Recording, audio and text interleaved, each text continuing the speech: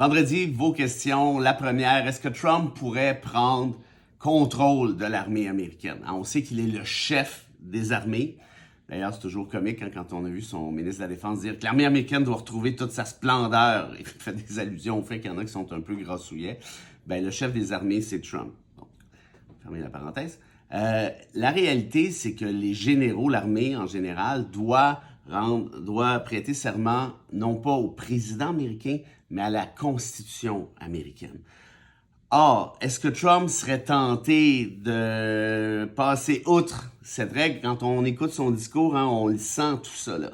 On voit, là, en d'autres termes, c'est moi le boss. Et il y a eu plusieurs, évidemment, vidéos de Trump qui disaient, moi, j'admire notamment la Corée du Nord, je vous dis, où on l'écoute là-bas, notamment l'armée.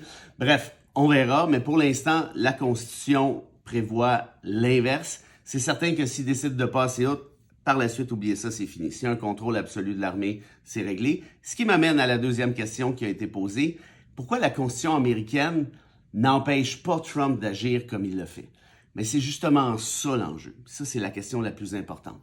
Je dis depuis plusieurs années à mes étudiants et étudiantes à l'Université de Montréal, un État de droit, c'est super fragile. Pourquoi? Parce que ça tient à la relation de confiance entre le politique et judiciaire. Si le politique décide de ne plus suivre le judiciaire, c'est foutu. Si le judiciaire rend des ordonnances et l'exécutif, c'est-à-dire le gouvernement, décide « moi, ça ne s'applique pas à moi », là, on s'en va dans le drain. Et c'est, rappelez-vous, exactement ce qui est arrivé quand un juge avait ordonné que les réfugiés vénézuéliens ne pouvaient pas être extradés au Salvador. Elon Musk avait dit « trop tard, sont partis, arrangez-vous ». Et on a vu d'autres bravades du genre. En d'autres termes, oui, la Constitution, mais encore faut-il que le pouvoir judiciaire soit capable de la faire respecter. Et l'autre enjeu qu'on a ici, évidemment, vous l'avez compris, c'est qu'il y a plusieurs des institutions judiciaires, notamment, malheureusement, la Cour suprême américaine, qui est noyautée, gangrénée de Trumpistes clairs qui décident de ne même plus faire respecter le droit, mais plutôt de se livrer aux caprices du président. Alors, en d'autres termes,